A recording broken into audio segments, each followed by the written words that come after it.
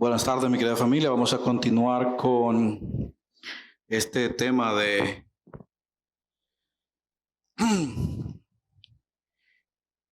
libertad en Cristo. La cita se encuentra en 1 Corintios capítulo 6, versos del 12 al 20. Los temas que hemos tocado han sido la verdadera libertad, el cuerpo y la libertad. Pero en esta tarde vamos a tocar un tema que típicamente es tocado superficialmente en muchas esferas, especialmente desde el púlpito. Y tiene que ver mucho con el tema de la semana pasada. Así que sin más preámbulos, leamos entonces los versos que competen. Se encuentran en los versos 15, 16 y 17. Dice en forma de pregunta: ¿no se dan cuenta de que sus cuerpos en realidad son miembros de Cristo? ¿Acaso un hombre debería tomar su cuerpo, que es parte de Cristo, y unirlo a una prostituta? Jamás. ¿Y no se dan cuenta de que si un hombre se une a una prostituta, se hace un solo cuerpo con ella? Pues las Escrituras dicen: los dos se convierten en uno solo. Pero la persona que se une al Señor es un solo espíritu con Él. Oremos. Amado Señor, que en esta tarde tu iglesia pueda ser capaz, desde el que está hablando hasta el que está oyendo, de comprender tu palabra, porque al comprenderla va a poder practicarla. Permíteme, Señor, que en esta tarde tu siervo pueda explicarla de la manera en que tú así lo has intencionalizado, y que tu pueblo, Padre eterno, comenzando con el que está hablando, pueda entonces comprenderla y aplicarla en su vida. Amado Dios, que en esta tarde tu pueblo reciba palabra de ti, para la gloria tuya y el beneficio de nosotros. Por los méritos de Cristo te decimos amén. La tesis que ha de gobernar nuestros pensamientos: el pecado sexual y la libertad. La semana pasada aprendimos que el cuerpo fue creado para el Señor, y al Señor le importa nuestro cuerpo. Es más, aprendimos que Dios nos levantará de los muertos con su poder, tal como levantó de los muertos a nuestro Señor. Esto implica que Dios nos creó para tener una relación perpetua, o sea, una relación eterna con Él. En la Gran Comisión, el Señor concluye diciendo en Mateo capítulo 28, parte B o parte baja del verso: y tengan por seguro esto, que estoy con ustedes siempre hasta el fin de los tiempos. Esa es la manera en que el Señor concluye esa gran comisión, que comienza de los versos 19 y 20 de Mateo 28.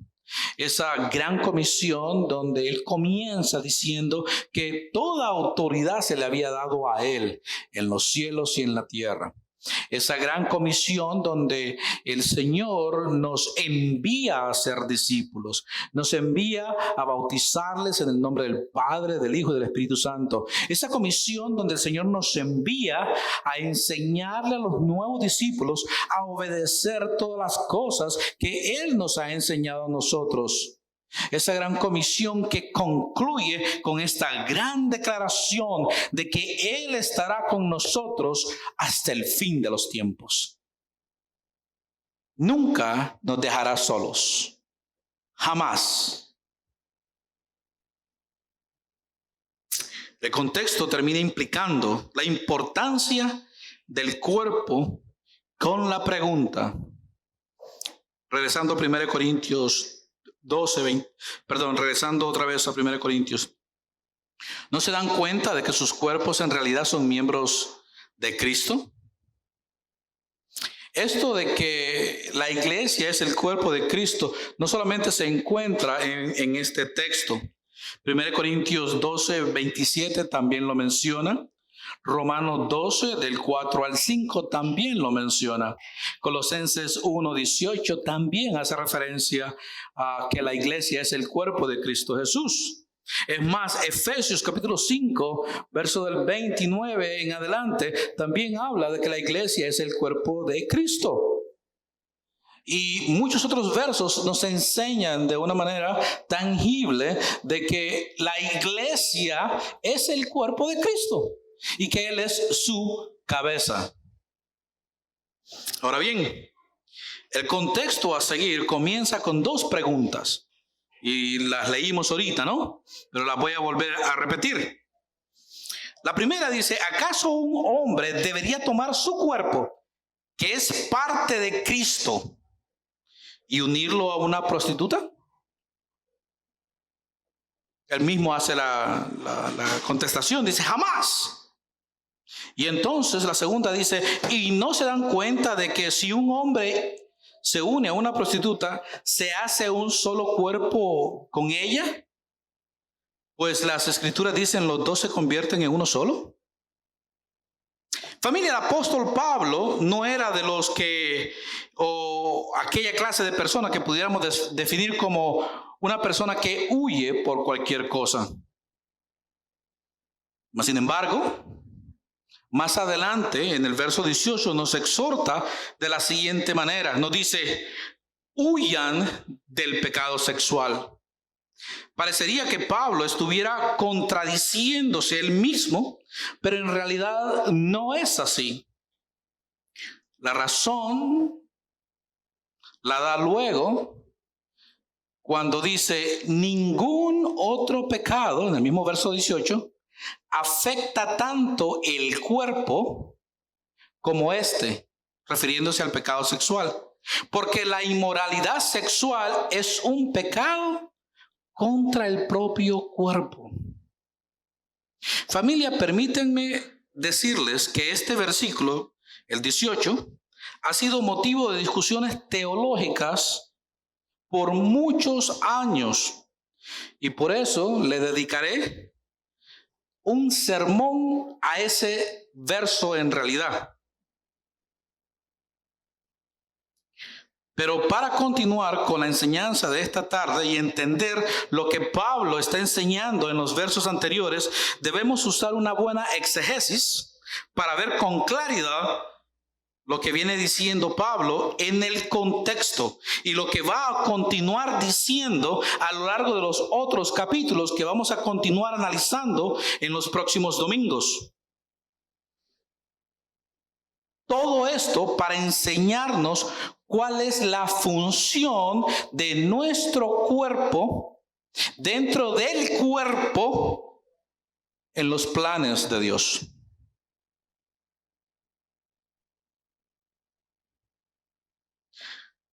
Pablo había dicho en el verso 13, parte B o parte baja, que el cuerpo fue creado para el Señor y que al Señor le importa nuestro cuerpo.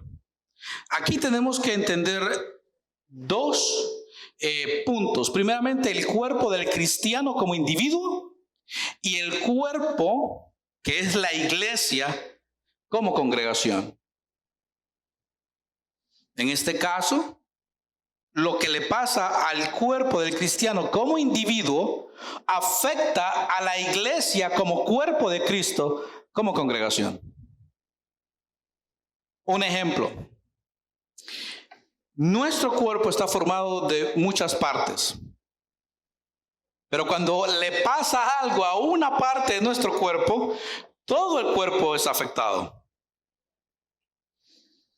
Recuerdo cuando estaba aprendiendo la primera vez a usar un martillo y poniendo o tratando de clavar un clavo me di en el dedo. Créanme que hasta la punta de los pelos de la cabeza creo que lo sintieron. ¿O quién de ustedes no se ha quemado las manos o un brazo con alguna olla que estaba puesta en la estufa? E inmediatamente buscamos alguna manera para quitar o bajar la intensidad del dolor que está produciendo esa quemadura.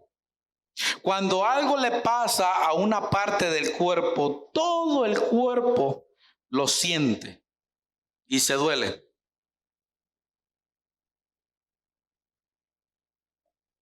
Es más, a los que practicamos en una ocasión el fútbol, sabemos que cuando nos dan un golpe en una parte de las piernas o cualquier parte del cuerpo, el primer lugar que nosotros sentimos como el más cómodo es el suelo, la grama, porque para allí es que vamos.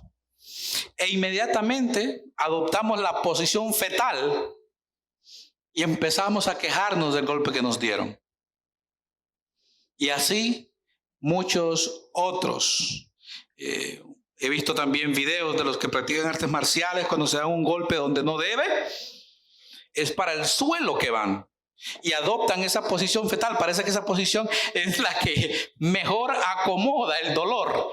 Nos enrollamos y quedamos ahí quietecitos para que se pase un poco el dolor.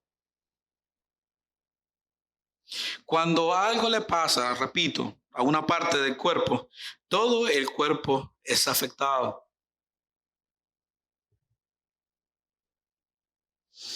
El texto, en el verso 13, nos dice que el cuerpo fue creado para el Señor y que al Señor le importa nuestro cuerpo. Ahora bien, ¿qué tiene que ver este verso con el resto? Familia, necesito que por favor pongan atención a esto. La Escritura dice, pero la persona que se une al Señor es un solo espíritu con Él. Verso 17. En el capítulo 7, Pablo va a continuar hablando sobre el cuerpo, pero esta vez va a utilizar otro ejemplo. Y el ejemplo que utilizará en el capítulo 7 es el matrimonio. Y lo utiliza porque dentro del matrimonio él va a tocar el punto de la autoridad que el esposo le da a la esposa por su cuerpo y también viceversa. La esposa también le da la autoridad de su cuerpo al esposo. Dentro de esa enseñanza, Pablo quiere mostrarnos a través de el ser inspirado por el Espíritu Santo la importancia que tiene el unirnos a otro, ya sea en matrimonio, en negocios o espiritualmente. Desde el momento que nosotros somos uno en Cristo, nosotros le dimos a Cristo la autoridad de nuestro cuerpo y por lo tanto Él tiene todo el derecho de hacer lo que quiera con nosotros, porque la autoridad ya no la tenemos nosotros, la tiene Él de nuestro cuerpo. Y por el hecho de que Él tiene autoridad sobre nuestro cuerpo, cuando hacemos algo en nuestro cuerpo que va en contra de los deseos de Jesucristo, nosotros estamos siendo infieles a Jesucristo, el cual tiene autoridad sobre nosotros.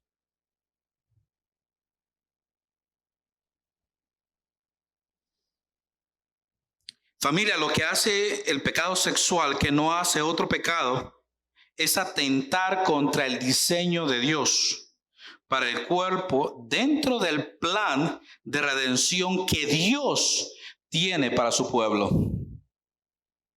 Dios planeó el cuerpo de su pueblo para sí mismo, para tener una relación con él tal y como la tuvo en el huerto del Edén. Pero que el hombre, al cometer pecado sexual, pone su cuerpo a disposición de la persona con quien lo practica. Es decir, por el acto sexual, uno le da la autoridad de su cuerpo al otro en lugar de entregársela al Señor. Familia, cuando vemos las cosas así, ahora todo el completo, todos estos capítulos que vamos a estar tocando tienen sentido y encaja con lo que decía anteriormente. Cuando uno tiene una relación donde se practica el pecado sexual, uno le está dando la autoridad sobre su cuerpo al otro y así recíprocamente. El cuerpo de uno ya no es de uno, sino de la pareja por medio del pecado sexual. Y familia, esto es aún más serio de lo que cualquiera pudiera llegar a pensar, ya que cuando uno se casa legítimamente, sin haber cortado con el pecado sexual, uno se mete en grandes problemas. ¿Por qué? Porque no poseemos ninguna autoridad sobre nuestro cuerpo para dárselo a nuestro nuevo cónyuge, porque esa autoridad la tiene la otra persona con la cual practicábamos el pecado sexual. Usted me dirá, ¿cómo así, pastor? Da tristeza, pero la realidad es que aunque quisiéramos darle la autoridad a nuestro nuevo cónyuge, no la podemos, porque estamos esclavizados al otro. Estamos esclavizados porque nuestra autoridad o la autoridad que teníamos le pertenece a esa otra persona. De ahí que nunca se va a consumar totalmente ese matrimonio. Porque hay otras personalidades que tienen autoridad sobre nuestro cuerpo. Por eso es que hay muchos matrimonios que no llegan a consumarse. Porque se metieron todavía sin haber roto, sin haber cortado con ese pecado sexual que practicaban. En la parte espiritual pasa exactamente lo mismo. En este caso, el pecado nos quita la autoridad que nosotros podríamos entregarle sobre nuestro cuerpo al Señor, porque la autoridad la tiene otro. Y como dijo Jesús en Mateo 12:30, el que no está conmigo, a mí se opone, y el que no trabaja conmigo, en realidad trabaja en mi contra. Jesucristo está enseñando la importancia de venir a Él y entregarnos a Él en cuerpo y alma. Nos recuerda una y otra vez dentro del contexto de que si vamos a estar con el Señor, debemos de amarle con todo nuestro cuerpo, con toda nuestra mente, con toda nuestra alma y con toda nuestra fuerza. Tenemos que entregarle al Señor todo, ya que el Señor entregó todo por nosotros.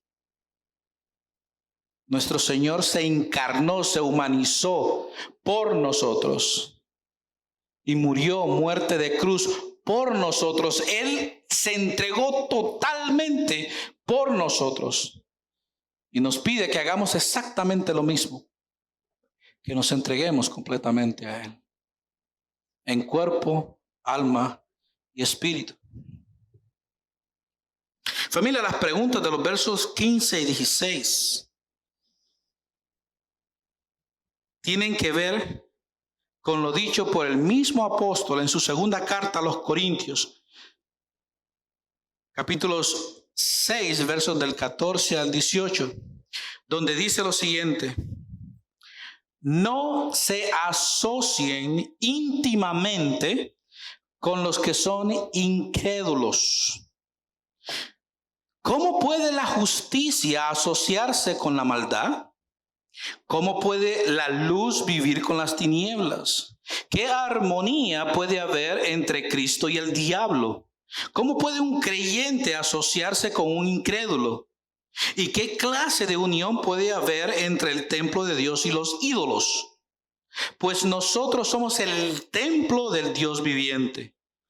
Como dijo Dios, viviré en ellos y caminaré entre ellos. Yo seré su Dios y ellos serán mi pueblo. Por lo tanto, salgan de entre los incrédulos y apártense de ellos, dice el Señor. No toquen sus cosas inmundas y yo los recibiré a ustedes. Y yo seré su padre y ustedes serán mis hijos e hijas, dice el Señor Todopoderoso. A veces este texto también es usado de una manera equivocada.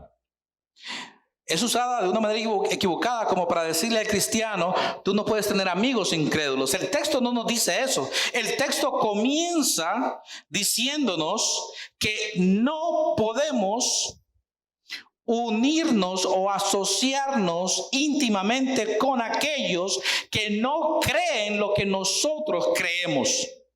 En pocas palabras, un cristiano no puede tener una novia inconversa, un cristiano no se puede casar con un inconverso. Eso es el contexto. ¿Por qué? Porque el día que lo haga, el cristiano le está dando la autoridad de su cuerpo al inconverso. Aquí no es asunto de si tengo amigos o no. Aquí es asunto de intimidad.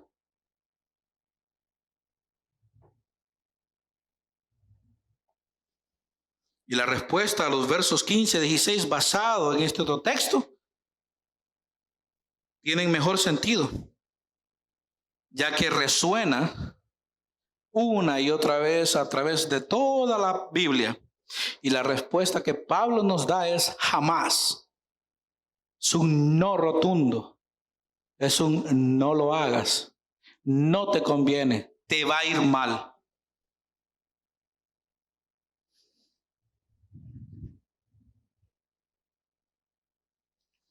La realidad, mi querida familia, regresando al contexto, es que si cometemos pecado sexual con la prostituta, en este caso todo aquel que Dios no predestinó para nosotros, nos separará de Dios, ya que la prostituta ahora tiene autoridad sobre nuestro cuerpo, porque el contexto dice que los dos se convierten en uno solo.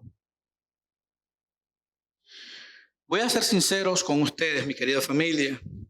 Cuando estaba preparando este sermón, me topé con el asunto de la prostituta y pensé lo que otros también han pensado. Que Pablo, cuando hace mención de la prostituta, hace referencia a las mujeres que venden sus cuerpos por dinero. Pero cuando me puse a analizar esto de la prostituta dentro de su contexto y estudié más a fondo, me di cuenta que la expresión prostituta es una expresión alegórica que Pablo hace para referirse a toda persona que por su carácter le va a servir o le sirve de tropiezo a los hijos de Dios. Al punto que como el que se envuelve con una prostituta termina siendo esclavo de ella.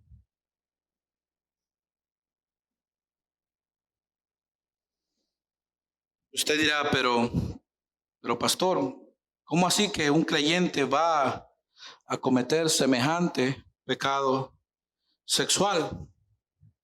Familia, no se olviden lo que les enseñé la semana pasada cuando la Biblia se refiere al pecado sexual. El pecado sexual no habla solamente de la fornicación y el adulterio. Pecado sexual es cualquier práctica sexual que el cristiano practica y que a Dios no le agrada.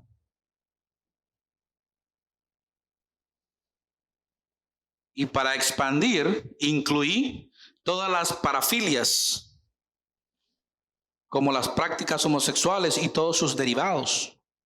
Las orgías, la pedofilia, el bestialismo, la necrofilia, el exhibicionismo, el fetichismo, el frotismo, el masoquismo, el travestismo, el sadomasoquismo, el sadismo, el parcialismo, la urofilia, la coprofilia, la gerontofilia, asfixiología y lo que es más penoso, dentro de los círculos religiosos, las manipulaciones y las negaciones dentro del mismo matrimonio. Todo eso es pecado sexual. Todo eso es pecado sexual. ¿Por qué? Porque son prácticas que se hacen donde la esposa manipula al esposo, el esposo manipula a la esposa, todo con la intención previa de que el otro haga lo que él quiere o lo que ella quiere. Todo eso es pecado sexual. A Dios no le agrada eso. Y sobre eso estuvimos hablando la semana pasada y vamos a tocar ese tema otra vez cuando entremos al capítulo 7. De ahí que muchos matrimonios quisieran servir, uno de los cónyuges quisieran servir al Señor plenamente, pero como están atados a un inconverso, no pueden. ¿Por qué? Porque el inconverso lo tiene atado. ¿Por qué? Porque la autoridad de su cuerpo le pertenece al inconverso. Le pertenece a aquel que es tropiezo en la vida espiritual del creyente.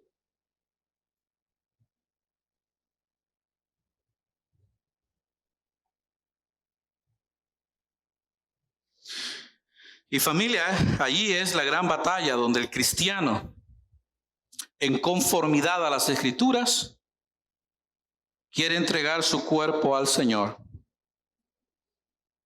Pero aquel con quien practica el pecado sexual le termina diciendo, no lo hagas. Y ustedes saben a la larga quién es el que gana. Nunca gana el cristiano. Siempre gana el otro. Nunca gana el que quiere dedicar su vida a Dios. Siempre gana el que no quiere saber nada de Dios.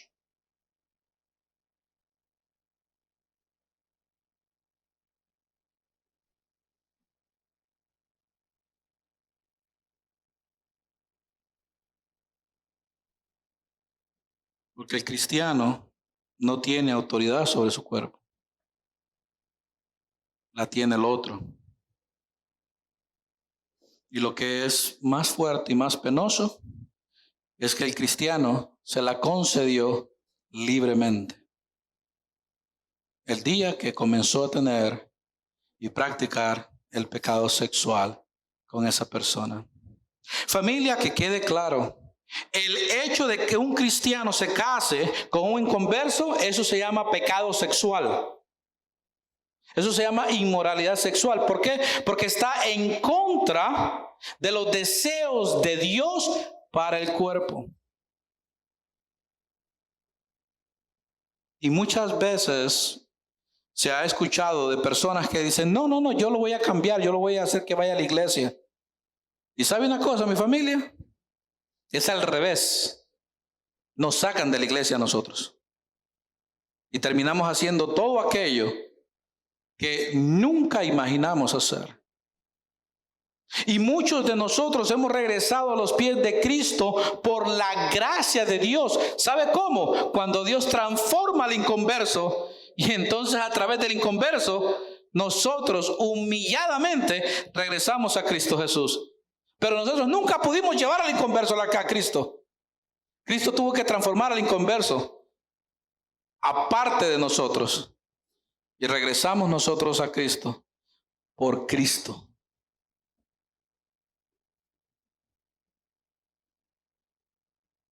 Por amor a nosotros. Por amor a nosotros.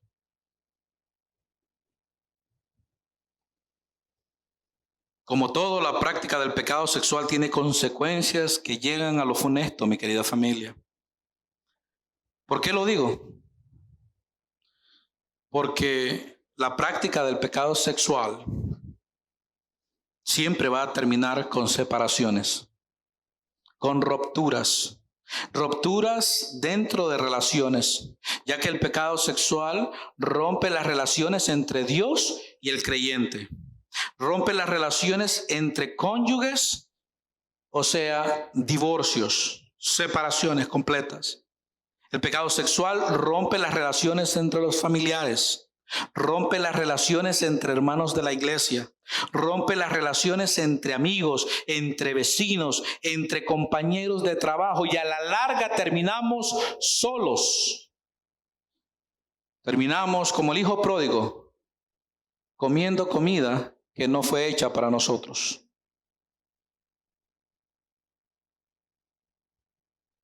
Ahora ven por qué el texto dice que ningún otro pecado afecta tanto el cuerpo como este. Porque la inmoralidad sexual es un pecado contra el propio cuerpo. Todas estas relaciones se rompen porque, familia, eres un cuerpo con el que practicas el pecado sexual.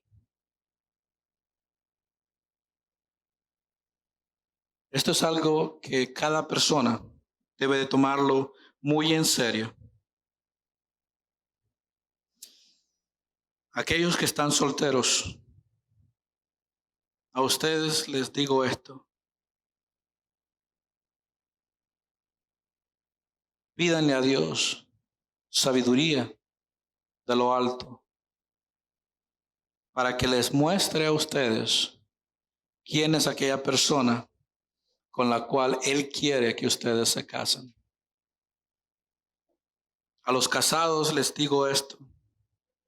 Pídanle a Dios sabiduría para que ustedes se den cuenta si la persona con que ustedes están casados son la persona que Dios les ha dado a ustedes para que estén con ellas.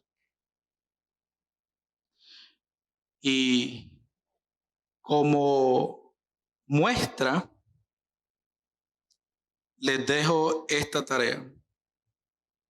Aquella persona que te acerque a Cristo viene de Cristo.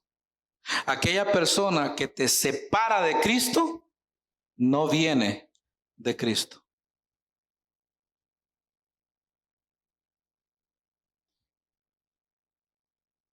De otra manera, mi querida familia, vamos a estar esclavizados a esa persona. La esclavitud a la que hago referencia lleva consigo manipulación. Han sido muchos los casos en los cuales he escuchado comentarios como este.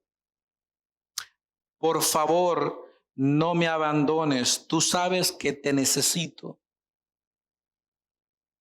Está bien, puedes ir a la iglesia, pero no me dejes y llega temprano. Acuérdate, nuestros hijos.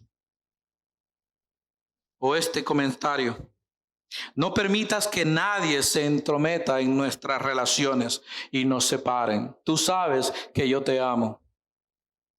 Y muchos otros comentarios y formas de manipulación que hay entre matrimonios y entre parejas. Vuelvo y repito la clave. El que te acerca a Cristo, viene de Cristo. El que te separe de Cristo, no viene de Cristo. Familia, recuerden que Jesús contestó en Juan 8, 34 al 36. Les digo la verdad, todo el que comete pecado es esclavo del pecado. Un esclavo no es un miembro permanente de la familia, pero un hijo sí forma parte de la familia para siempre. Así que si el Hijo los hace libres, ustedes son verdaderamente libres. Vuelvo y repito la clave. El que te acerque a Cristo, viene de Cristo. El que te aleje de Cristo, no viene de Cristo. Pide sabiduría de lo alto, mi querida familia. Y con esto termino. Gálatas 4:9 es el texto. Por lo tanto, Pablo dijo, así que ahora que conocen a Dios, o mejor dicho, ahora que Dios los conoce a ustedes, ¿por qué quieren retroceder y convertirse otra vez en esclavos de los débiles e inútiles principios espirituales de este mundo? Y esa es una pregunta que debe de permear en nuestras mentes. Ahora que soy libre en Cristo, ahora que Cristo me ha hecho libre y soy miembro de la familia de Cristo, ¿tiene sentido que yo me vaya a esclavizar de una persona? ¿Tiene sentido que yo me vaya a esclavizar de un sistema? ¿Tiene sentido que yo me vaya a esclavizar de mí mismo? Si en realidad Cristo me ha hecho libre, yo debo de tomar decisiones que agraden a Cristo. Que Dios, mi querida familia, nos recuerde siempre que ya no somos esclavos, sino hijos. Y si hijos libres para vivir una vida que a Él le agrade. Para su gloria, para su honra. Vivamos una vida en santidad, de acuerdo a lo que la palabra santidad significa en el contexto bíblico. Recuerden, el cuerpo fue hecho para el Señor y al Señor le importa el cuerpo. Vamos a vivir una eternidad con Él y desde ahora debemos de practicar aquello que vamos a hacer por una eternidad. Vivir una vida para nuestro Señor. Comencemos desde ahora. Experimentemos la libertad en Cristo. Que Dios nos continúe bendiciendo. Oremos. Amado Señor, una vez más, gracias por este tu mensaje. Que, aunque fuerte, mi amado Dios, necesario. Mi amado Padre, muchos de nosotros venimos de ataduras fuertes. Y probablemente muchos de nosotros todavía estemos en ataduras fuertes. Pero en Cristo Jesús tenemos nosotros la libertad de romper esas ataduras y decir no, hasta aquí.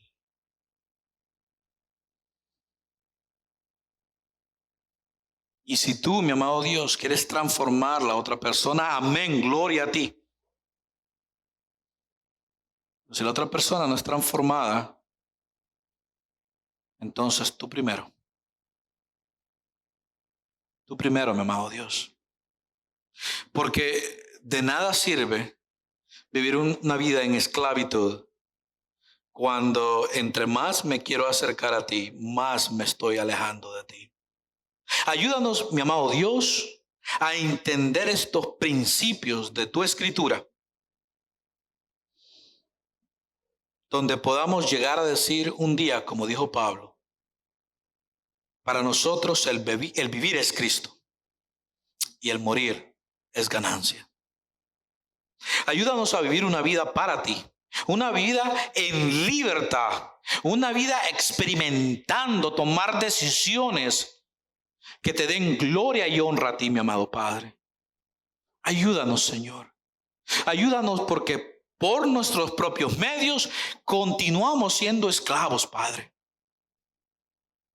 Y lo que es más penoso, esclavos que libremente le hemos dado autoridad a otros.